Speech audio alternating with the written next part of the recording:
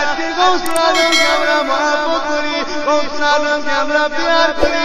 এই গৌসুল আজম কার বাচ্চা ছিল? এই গৌসুল আজম অন্য কারো নয় গো, এই মুহররমের চাঁদে যিনি শহীদ হয়েছিলেন আল্লাহ নবীর সব থেকে প্রিয় ইমাম হাসান হোসেন। এই হোসেনকে মুহররমের চাঁদে আশুরা তারিখে শহীদ করা হয়েছিল। সেই ইমাম হোসেনের কলিজার টুকরা আল্লাহ পাক গৌসুল আজমকে বানিয়েছিলেন।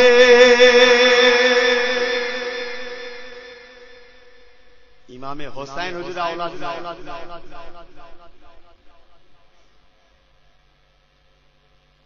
গাছ যদি ভালো হয় বন্ধ অবশ্যই ভালো হবে,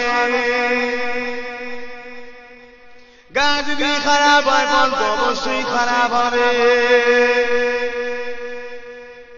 ও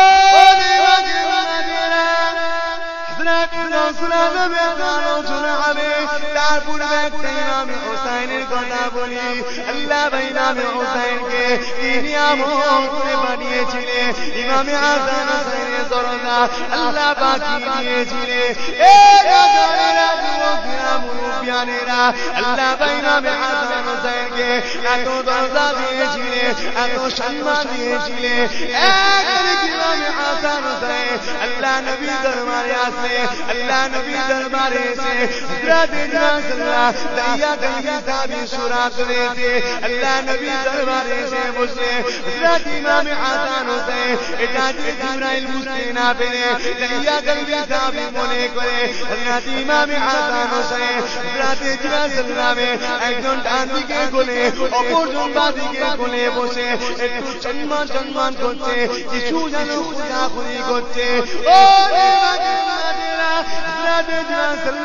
আল্লাহ নবীকে জিজ্ঞাসা করলে ইয়া রাসূলুল্লাহ হাবিবাল্লাহ হুজুর আপনার ইমামে হাসান হোসেন কি জানো খুদাখুদি করছে?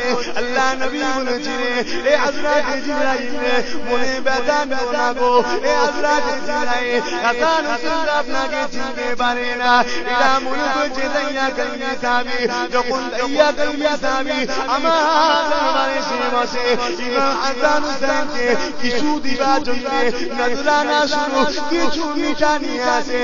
এ হযরত জিবরাইল আপনাকে দাইয়া গলবি সাহাবী মনে করে ইমামে হাসান হোসেন তাই খুদাখুদি করতে লেগেছে। এ নজরানেরা আল্লাহ নবীর কথা শুনে হযরত রাসূলুল্লাহ মাথা আট করে নিলেন। মনটা খারাপ। আল্লাহ রাসূল চিন্তা করে জিবরাইল